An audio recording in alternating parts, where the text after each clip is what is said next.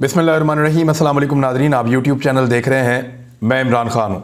मौलाना तारिक जमील साहब को heart attack आया है। वो कनाडा में मौजूद थे। उनके साहबजादे ने बताया कि मौलाना साहब को हार्ट अटैक आया है, उनको तकलीफ़ हुई, उनको अस्पताल मुंतकिल किया गया है। अल्लाह रब्बुल इज़्ज़त से दुआ है कि अल्लाह रब्बुल इज़्ज़त उनको शिफ़ा अता फ़रमाए और जल्द अज़ जल्द सेहत याब करे ताकि वो दीन की खिदमत जारी रख सकें। और मौलाना साहब की बहुत ज़्यादा खिदमत हैं, पाकिस्तान में नहीं दुनिया भर में। इस्लाम के लिए बहुत सारे लोगों को उन्होंने इस्लाम से रुशनास करवाया और बहुत सारे लोगों को इस्लाम के बारे में बहुत अच्छी बातें बताईं। बहुत कुछ मेरे आसपास बहुत सारे लोग हैं जिन्होंने मौलाना साहब से सीखा। मैंने ख़ुद भी बहुत सारे उलमा से सीखा है, उनमें से मौलाना साहब से भी सीखा है। गो कि मैं उन्हें कभी मिल नहीं पाया, कभी भी आज तक मेरी बिलमुशाफ़ा मौलाना तारिक जमील साहब से मुलाकात नहीं हुई, लेकिन मैंने उनको सुना है बाज़ औक़ात जब मौका मिला तो मैंने उनसे सीखा है, इसलिए वो एक उस्ताद का दर्जा रखते हैं। तो मेरी अल्लाह रब्बुल इज़्ज़त से गुजारिश है, दरख्वास्त है अल्लाह ताला से कि अल्लाह ताला उनको सेहत कामिला अता फ़रमाए और वो ये खिदमत जो कर रहे हैं वो जारी रखें और अल्लाह ताला जो वो खिदमत कर रहे हैं उसका अजर भी उनको ज़्यादा अता फ़रमाए। आप सब भी दुआ कीजिएगा मौलाना साहब के लिए। दूसरी जानिब बेनज़ीर भुट्टो साहिबा की बरसी थी 15वीं, उसके हवाले से पाकिस्तान पीपल्स पार्टी ने तकरीब की है। मायूस कुन क्राउड था, बड़ी तादाद में लोग नहीं आ पाए और ये गुज़िश्ता चंद सालों से हो रहा है। बेनज़ीर भुट्टो की शहादत के बाद से लेकर अब तक पाकिस्तान पीपल्स पार्टी सुकड़ती चली गई है। ख़ास तौर पे खैबर पख्तूनख्वा में, पंजाब में और बाकी जगहों पे ये बहुत नीचे गई है। सिर्फ़ एक इलाका ऐसा है गिलगित बल्तिस्तान जहाँ पे कुछ थोड़ा सा, या आज़ाद कश्मीर में, जहाँ पीपल्स पार्टी ने PMLN से बेहतर परफॉर्म किया है। PTI के तो वो फिर भी करीब नहीं आए, लेकिन पीपल्स पार्टी लगातार जो कमज़ोर हुई है उसकी वजह आसिफ अली ज़रदारी और उनकी पॉलिसियाँ थी पहले, और उसके बाद सारी उम्मीदें वाबस्ता थी बिलावल ज़रदारी से। लेकिन बिलावल ज़रदारी ने इक़्तिदार मिलने के बाद जिस भोंडे अंदाज में अपने आप को एक्सपोज़ किया है और जिस तरह वो वर्ल्ड टूर पे निकले हैं, जिस तरह वो हर चीज़ अपने खाते में डाल लेते हैं अच्छी चीज़, और हर बुरी चीज़ जो है वो किसी और के खाते में डाल लेते हैं, ज़िम्मेदारी ले नहीं पाते, हौसला नहीं है, हिम्मत के साथ चीज़ों का सामना नहीं कर पाते, तो वो लीडरशिप वाली क्वालिटीज़ उनमें नज़र नहीं आ रही जो उनकी वालदा में थी। तो उसकी वजह से पार्टी को लगातार नुकसान हो रहा है और पार्टी के जो लोग हैं वो बार बार वार्न भी करते हैं। अजीबोगरीब किस्म के इत्तेहाद बनाए हैं, यानी PMLN जिन्होंने हमेशा मोहतरमा बेनज़ीर भुट्टो साहिबा के साथ ज़्यादती की, उनके साथ इत्तेहाद बनाया और उनसे बार बार मार खाने के बावजूद उनके साथ इत्तेहाद बनाए रखा। पार्टी के अपने लोग वार्न भी कर रहे हो, मैं आपको वार्निंग अभी सुनाता हूँ। लेकिन पहले बिलावल की जो तकरीर थी, उस तकरीर में एक तो बिलावल भुट्टो ज़रदारी ने कहा, बिलावल ज़रदारी ने फरमाया कि बिल्कुल जैसे परवेज़ मुशर्रफ गुमनाम हो गए ना, या एक ख़त्म हो जाने वाली चीज़ है जो गायब हो गया मंजर से, ऐसे ही इमरान खान भी गायब हो गया। देखिए, परवेज़ मुशर्रफ एक डिक्टेटर थे, एक फ़ौजी जनरल थे, और उनके खिलाफ जब तहरीक चल रही थी तो पीपल्स पार्टी, PMLN, तमाम पॉलिटिकल पार्टीज़ और इमरान खान भी उस तहरीक का हिस्सा थे। इमरान खान साहब के पास एक पॉलिटिकल पार्टी है, एक जमहूरी सियासी जमात जो इलेक्शन कमीशन ऑफ पाकिस्तान के अंदर रजिस्टर्ड है, और इस जमात के खिलाफ सारी पॉलिटिकल पार्टीज़ हैं। एक तरह से तो बिलावल ने ठीक कहा, जैसे परवेज़ मुशर्रफ के खिलाफ बहुत बड़ी तादाद में पार्टीज़ इकट्ठी हो गई थी, वैसे ही इमरान खान के खिलाफ भी बहुत बड़ी तादाद में पार्टीज़ इकट्ठी हो गई हैं। लेकिन दोनों का अंजाम एक जैसा हो नहीं सकता। परवेज़ मुशर्रफ ने अपने पूरे सियासी करियर के अंदर जब वो रिटायर हुए तो वो सिर्फ एक MNA अपना बनवा पाए, वो भी चित्राल से, जबकि इमरान खान साहब जो हैं वो हर गुजरते वक्त के साथ उनकी सियासी मकबूलियत में इजाफा होता चला गया। पहले उन्होंने चंद सीटें ली, फिर उसके बाद उन्होंने खैबर पख्तूनख्वा में अपनी हुकूमत बनाई, उसके बाद उन्होंने पाकिस्तान में अपनी हुकूमत बनाई, और इस वक्त वो जहाँ से भी इलेक्शन लड़ते हैं वो 70 से 80% इलेक्शन जीत जाते हैं। यानी उनके आगे आगे लग के सारी पॉलिटिकल पार्टीज भाग रही हैं और इंतखाबात से, जो पॉलिटिकल पार्टीज का काम होता है इंतखाबात लड़ना, इंतखाबात से फ़रार हासिल कर रही हैं। यानी इस्लामाबाद के बल्दियाती इंतखाबात से दोबारा फ़रार हासिल किया है, कराची में बल्दियाती इंतखाबात से फ़रार हासिल कर रही हैं, ज़िमनी इंतखाबात से फ़रार हासिल कर रही हैं उनके इस्तीफ़े मंजूर ना करके, और जितने भी इंतखाबात हुए हैं उनमें इमरान खान साहब ने 80% कामयाबी के झंडे गाड़े हैं। तो ये बिलावल जरदारी साहब को एक गलत फहमी है कि परवेज़ मुशर्रफ में और इमरान खान साहब में वो कोई यकसानियत तलाश कर पाएंगे। हाँ, एक ही चीज़ यकसा है कि ज़्यादा पॉलिटिकल पार्टीज मुशर्रफ के ख़िलाफ़ हो गई थी, इसी तरह ज़्यादा पॉलिटिकल पार्टीज इमरान खान के ख़िलाफ़ हो गई हैं। बाकी और कोई चीज़ मुश्तरका नहीं है। परवेज़ मुशर्रफ एक डिक्टेटर थे और जब वो सियासतदान बनकर आए तो वो बहुत नाकाम हुए। इमरान खान साहब जो हैं वो एक सियासतदान हैं, इन्होंने परवेज़ मुशर्रफ के ख़िलाफ़ जदोजहद भी की हुई है और इमरान खान साहब हर गुजरते वक्त के साथ ज़्यादा मकबूलियत हासिल करते चले जा रहे हैं। दूसरा, बिलावल ने जिस तरह वो कहते हैं पहले कांपे टांग गई फिर आसमान से सैलाब उतरा है, इस दफ़ा जिस तरह की वो बातें अजीबोगरीब किस्म की कर रहे थे, लेकिन मेरे लिए ये कोई इंपॉर्टेंट नहीं है। उनकी ज़बान का मसला है, थोड़ा सा स्लिप ऑफ टंग हो जाता है बिलावल से, और क्योंकि वो अंग्रेज़ी में सोचते हैं फिर उसको उर्दू में बोलते हैं। यानी बहुत सारे लोग ऐसे हैं, मैं उर्दू में सोचता हूँ तो मुझे जब पंजाबी भी बोलनी होती है तो उर्दू में सोचता हूँ और पंजाबी बोलता हूँ, या उर्दू में सोचता हूँ और कोई और ज़ुबान या अंग्रेज़ी या कुछ भी मैं बोलना चाहूँ तो मैं पहले उर्दू में सोचता हूँ और फिर बोलता हूँ। इसी तरह बाज़ लोग अंग्रेज़ी में सोचते हैं, कभी उनको उर्दू बोलनी पड़े, सिंधी बोलनी पड़े, पश्तो बोलनी पड़े, तो वो उनके लिए प्रॉब्लम होती है। तो बिलावल को इतना मार्जिन तो देना चाहिए। लेकिन एक चीज़ मैंने जो नोट की वो ये है कि मोहतरमा बेनज़ीर भुट्टो साहिबा की शहादत वाले दिन बिलावल जरदारी बजाय इसके कि वो बात कर रहे होते अपनी वालिदा मोहतरमा के ऊपर, उन्होंने ज़्यादा वक्त बात की है इमरान खान के ऊपर। यानी अगर इमरान खान इतनी ही गैर मुतअल्लिका चीज़ हो चुके हैं और अब माजी का एक किस्सा बन गए हैं, तो बिलावल अपनी वालिदा का तस्करा करते रहते। उन्होंने बहुत कम तस्करा किया लेकिन वो इमरान खान का तस्करा ज़्यादा करते रहे। इसका मतलब है जो भी बात करता है, जो भी, चाहे कोई सियासतदान है, चाहे एस्टेब्लिशमेंट के लोग हैं, चाहे वो पॉलिटिकल पार्टीज़ के हेड्स हैं, कोई भी बात करता है वो इमरान खान की बात किए बगैर रह नहीं सकता। पाकिस्तान में जहाँ पे भी आप कोई पॉलिटिकल डिस्कशन करेंगे, लफ्ज़ इमरान खान का इस्तेमाल वहाँ पे ज़रूर होगा और 100% होगा। तो ये कहना कि इमरान खान इर्रेलेवेंट है, तो वो बिलावल की अपनी तकरीर में पता चल रहा है कि वो इर्रेलेवेंट नहीं है।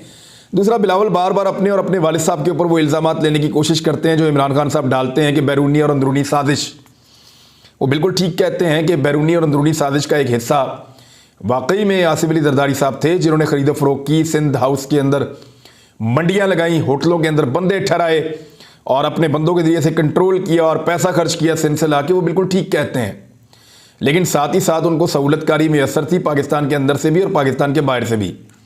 रजीम चेंज ऑपरेशन के सहूलतकार पाकिस्तान के इदारों में भी थे और बाहर से भी उनको आशीर्वाद हासिल थी।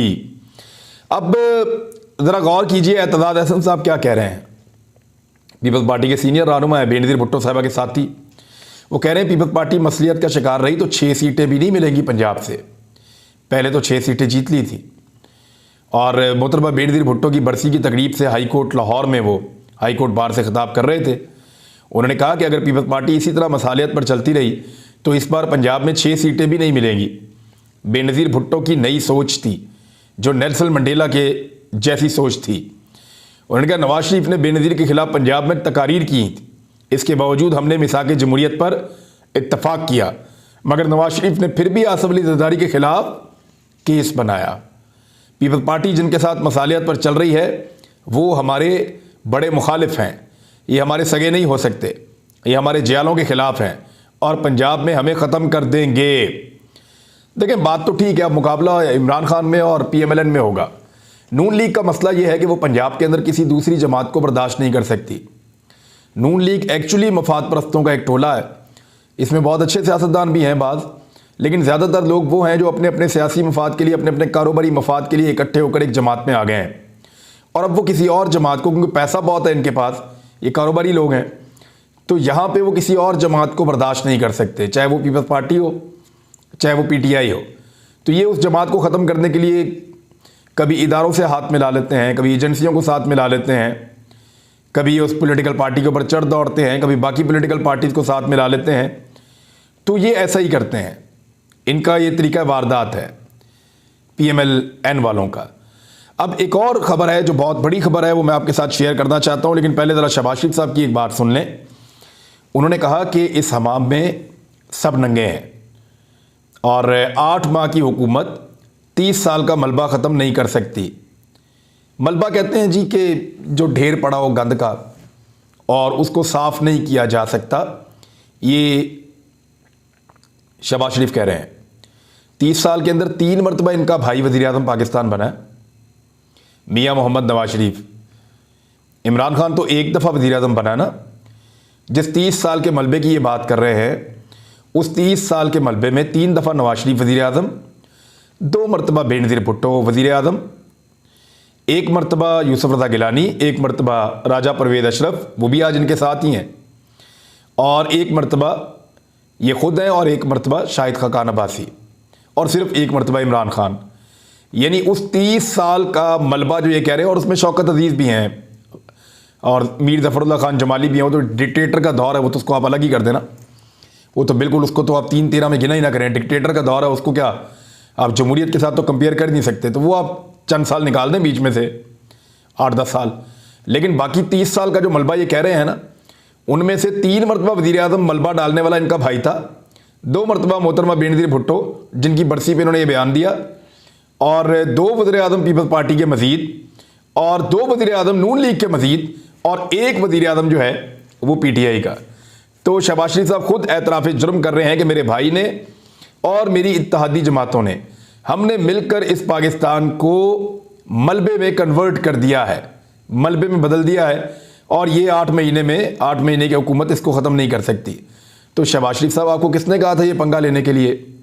शहबाज शरीफ साहब ने तो कहा था 6 महीने के अंदर अगर मैंने पाकिस्तान की तकदीर ना बदल दी, ये मईशत को बिल्कुल दुरुस्त ना कर दिया सारा कुछ, तो मेरा नाम आप शहबाज शरीफ से हटाकर इमरान नियाज़ी रख दीजिएगा। तो अब क्या रखें शहबाज शरीफ साहब का नाम? ये शहबाज शरीफ साहब को खुद ही बताना चाहिए। गवादर में हालात बहुत कशीदा हो गए हैं, मैं ये खबर आपको ज़रूर बताऊंगा, क्योंकि मेरे बलोच बहन भाइयों का कुछ छोटा गिला भी रहा है। माजी में मैं बात करता रहा हूँ इन इश्यूज़ के ऊपर, लेकिन वो मुझे कहते हैं कि आपको और खुलकर बात करनी चाहिए थी। तो मैं उसके ऊपर बात करता हूँ बिल्कुल, और गिले जायज़ होते हैं। बाद औक़ात जो गिले आपके सामने आते हैं उनमें से ज़्यादातर जायज़ भी होते हैं, तो हमें वो सुनना चाहिए और अपनी तस्हीह करते रहना चाहिए। गवादर में हक दो तहरीक के रहनुमाओं की गिरफ्तारी और कारकुनों पर तशद्दुद के खिलाफ आज दूसरे रोज़ भी एहतजाज हो रहा है, और ये 2 महीने हो गए हैं जब से धरना दिया हुआ गवादर के लोगों ने। इनकी बात क्यों नहीं सुनी जाती, अंदर की कहानी क्या है? मैंने चंद लोगों से बात की है और मुझे वो खेल पता चला है जो गवादर के अंदर खेलने की कोशिश की जा रही है। कोस्टल हाईवे मुकम्मल तौर पर बंद रही है और पुलिस और मुजाहिरीन के दरमियान झड़पें भी होती रही हैं। चंद अफराद ज़ख्मी भी हुए हैं। गोली चलने की इत्तला आई है जिसमें एक पुलिस वाले को गोली भी लगी है। और बलूचिस्तान के साइरी इलाके और CPAC के मरकज़ गवादर के लिए ये अपने मुतालबात के हक़ के लिए हक दो तहरीक, यानी गवादर को हक दो तहरीक एक चल रही थी, उसका धरना 60 दिनों से जारी है। इन्होंने पहले भी धरना किया था, मुज़ाकरात के बाद ख़त्म हो गया था, इनकी शराइत मान ली गई थी, लेकिन अमल दरामद नहीं हुआ। तो इस साल ये दोबारा धरना देने के लिए आए और 27 अक्टूबर को इन्होंने धरने का आगाज़ किया था। 5 रोज़ कबल गवादर पोर्ट रोड को भी इन्होंने बंद करके धरना दे दिया था। मुजाहिरीन से ये जो हफ्ते वाला दिन गुजरा है, सूबाई वज़ीर दाखिला ने मुज़ाकरात किए थे और एक कमेटी थी उसके साथ बातचीत करते रहे, लेकिन मुज़ाकरात का कोई नतीजा नहीं निकला और धरना जारी रहा। एतवार और पीर को पुलिस ने कार्रवाई करते हुए हक दो तहरीक के धरने को ख़त्म करने के लिए इनके टेंट उखाड़ दिए और कुछ कारकुनों को और 1-2 लीडर जो छोटे लेवल के उनको गिरफ्तार कर लिया। इस कार्रवाई के बाद मंगल को सूरत कशीदा हो गई और कारकुनान का मुख्तलिफ इलाकों में एहतजाज जारी रहा। और फिर उन्होंने अब बताना शुरू किया है, और जो मौलाना साहब हैं हदायतुर रहमान साहब, उन्होंने भी एक वीडियो जारी की है जिसमें वो हुकूमती कार्रवाई के बारे में तफसीलात बता रहे हैं। मौलाना साहब ये कह रहे हैं कि कानून नाफिज करने वाले इदारों ने हमारे धरने पर धावा बोला और कारकुनों पर तशद्दुद किया, जिसकी हम मजम्मत करते हैं। फिर उन्होंने एक और बात की, उन्होंने कहा अगर हम गलत हैं तो फिर आपने इंटरनेट क्यों बंद किया हुआ है? यहाँ पे सोशल मीडिया पर पाबंदी लगाई हुई है, मोबाइल नेटवर्क हुकूमत ने वहाँ पे गवादर में बंद कर दिए हैं। मैं आवाम का शुक्रिया अदा करता हूँ कि उन्होंने हमारा साथ दिया। कैदो बंद और सजाएं हमारा रास्ता नहीं रोक सकते। हक दो तहरीक के सरबराह ने कहा कि हम आइंदा दिनों में अपने लाएअमल का ऐलान करेंगे और हमारे साथ जो कुछ हुआ उसको आवाम के सामने भी लाएंगे। अब मुतालबात इनके क्या हैं? देखिए ज़रा, ये 1-2 चीज़ें आपको समझनी पड़ेंगी। जो मेन इनका मुतालबा है ना, वो है जो गवादर के आसपास मछली पकड़ते हैं माहीगीर, वो जो समंदर का इलाका है जो गवादर की बलूचिस्तान की मलकियत है, वो कहते हैं वहाँ पे गैर मुल्कियों के ट्रालर नहीं आने चाहिए। वो वहाँ पे मछली की नस्लकुशी कर रहे हैं, यानी खाली मछली पकड़ नहीं रहे, वो मछली की नस्लकुशी कर रहे हैं ऐसे कि वो जो ट्रेलर्स आते हैं ना बड़े बड़े जो पकड़ने के लिए आते हैं मछली, उनके साथ ऐसे ज़बरदस्त किस्म के जाल होते हैं कि वो ज़मीन के अंदर गवादर की जो नीचे पानी के अंदर जो ज़मीन के साथ मौजूद मछली की खुराक वाली जो जगह है वो भी तबाह कर देते हैं, कोरल्स को तबाह कर देते हैं, मछलियों की अफजाइश को ख़त्म कर देते हैं, छोटी बड़ी सारी मछलियाँ पकड़ देते हैं, झाड़ू फेर देते हैं। तो उसके बाद वो इलाका मछलियों के रहने के लिए रहता नहीं है।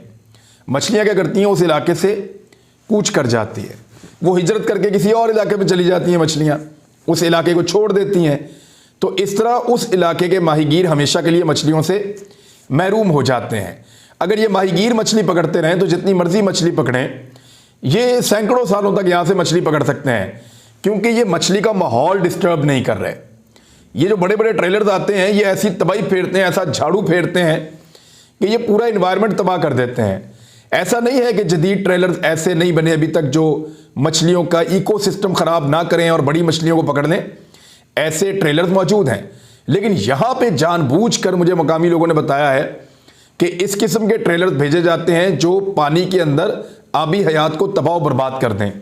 उसकी वजह क्या है? अब वजह जो मुझे बताई है वो मैं आपके साथ शेयर कर रहा हूँ। कुछ उनको तहफ़्फ़ुज़ात हैं सिक्योरिटी फोर्सेस की चेक पोस्टों के ऊपर, तलाशियाँ दिए जाने के ऊपर। फिर वो ये कहते हैं कुछ पोस्टें ऐसी जगह पे है कि हमारी ख़वातीन पे घरों में नज़र पड़ती है, स्कूलों में नज़र पड़ती है, तो हम नहीं चाहते कि ऐसा हो। देखें, गवादर को समझें, मुझे आज कुछ लोगों ने बताया है गवादर जो है ना ये एक जजीरा है। इस जजीरे को ज़मीनी रास्ता अल्लाह ताला ने दिया है, पहले नहीं था। पहले इस जजीरे के और बलूचिस्तान के बीच में एक हुआ करता था पानी का रास्ता, लेकिन वक्त के साथ साथ अल्लाह ताला ने ऐसा किया कि वो ज़मीन बन गई। वहाँ से जब ज़मीन बनी, पानी ने वहाँ रेत इकट्ठी की और उससे जो ज़मीन बनी वो अब उस जजीरे के साथ जुड़ी हुई है। ये जो जजीरे का जो एरिया है ये सबसे इम्पॉर्टेंट है। यहाँ पे नेवी भी है, यहाँ पे पाकिस्तान का बेहतरीन एक पोर्ट भी बन रहा है, यहाँ पे संगार हाउसिंग सोसाइटी है एक बहुत बड़ी, बहुत शानदार, बहुत बड़े बड़े यहाँ पे कमर्शियल एरियाज बन रहे हैं इस जजीरे के ऊपर। और ये जो ज़मीनी रास्ता जाता है गवादर की तरफ, ये वो कीमती तरीन इलाका है गवादर का जो बलूचिस्तान को और गवादर को आपस में ऐसे अटैच करता है। ये वो इलाका है। इस इलाके के बिल्कुल बीच में गवादर की सारी आबादी बैठी हुई है, लगभग 50,000 के करीब लोग हैं। ये सारे लोग इस इलाके के बिल्कुल सेंटर में बैठे हुए हैं, यानी गवादर की कीमती तरीन जगह जो मुस्तकबिल में मल्टीनेशनल कंपनियों के लिए, जितनी भी कमर्शियल एक्टिविटीज़ हैं उनके लिए और हर किस्म के काम के लिए मुस्तकबिल में सबसे अहम जो जगह होगी वो ये जगह होगी। यहाँ पे वो लोग रहते हैं क्योंकि यहाँ से उनको दोनों तरफ का साहिल करीब पड़ता है। वो अगर दाएं जानिब जाते हैं तो ये साहिल भी उनके करीब पड़ता है, वो अगर दूसरी जानिब जाते हैं तो ये साहिल भी उनके करीब पड़ता है और वो सामने गवादर को क्रॉस भी कर सकते हैं। तो इस जगह के ऊपर वो रहते हैं और यहाँ से वो अपनी कश्तियों के ऊपर जाते हैं और जाके वो अपनी माहीगिरी करते हैं। गवादर के लोगों का ये मानना है कि यहाँ पे जानबूझकर समंदर के अंदर आबी हयात को ख़त्म किया जा रहा है, क्योंकि मकामी इंतज़ामिया या पाकिस्तान की एस्टेब्लिशमेंट या पाकिस्तान की हुकूमतें वो ये चाहती हैं कि ये इलाका खाली कर दिया जाए और ये जो 50-60 हज़ार की आबादी है ये जहाँ से जाकर किसी और जगह पे बस जाएं।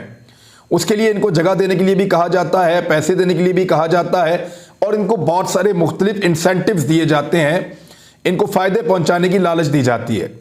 लेकिन इसके बावजूद ये माहीगीर अपना ये इलाका छोड़ने पर राज़ी नहीं होते। इस इलाके के ऊपर दुनिया भर की मल्टीनेशनल कंपनियों की भी नज़र है और दुनिया के कई मुल्कों की भी नज़र है जो पाकिस्तान के साथ यहाँ पे कारोबार करना चाहते हैं। आप समझ गए होंगे मैं मुल्कों का नाम नहीं ले रहा। तो उस वजह से ये एरिया खाली करवाना है। ये एरिया तब तक खाली नहीं होगा जब तक इन माहीगीरों को समंदर से खुराक मिलती रहेगी, और अगर समंदर में खुराक ख़त्म हो गई तो फिर ये माहीगीर मजबूर हो जाएंगे और ये गरीब हो जाएंगे, इनको पैसा चाहिए होगा, तो उस वक्त इनको थोड़े थोड़े पैसे देकर यहाँ से हटाना शायद आसान हो जाएगा। तो इस किस्म का एक वहाँ पे तरीकाकार किया जा रहा है। ये पूरी दुनिया में ऐसे ही होता है, जब किसी एरिया को खाली करवाना हो और बहुत बड़े बड़े लोगों को, बहुत ताकतवर इदारों को, बहुत ताकतवर लोगों को उस जगह की ज़रूरत पड़ जाए तो फिर उन लोगों के लिए वहाँ रहना मुश्किल कर दिया जाता है, उनके वसाइल वहां पे ख़त्म कर दिए जाते हैं, तो फिर वो लोग आहिस्ता आहिस्ता उस इलाके को छोड़ना शुरू कर देते हैं।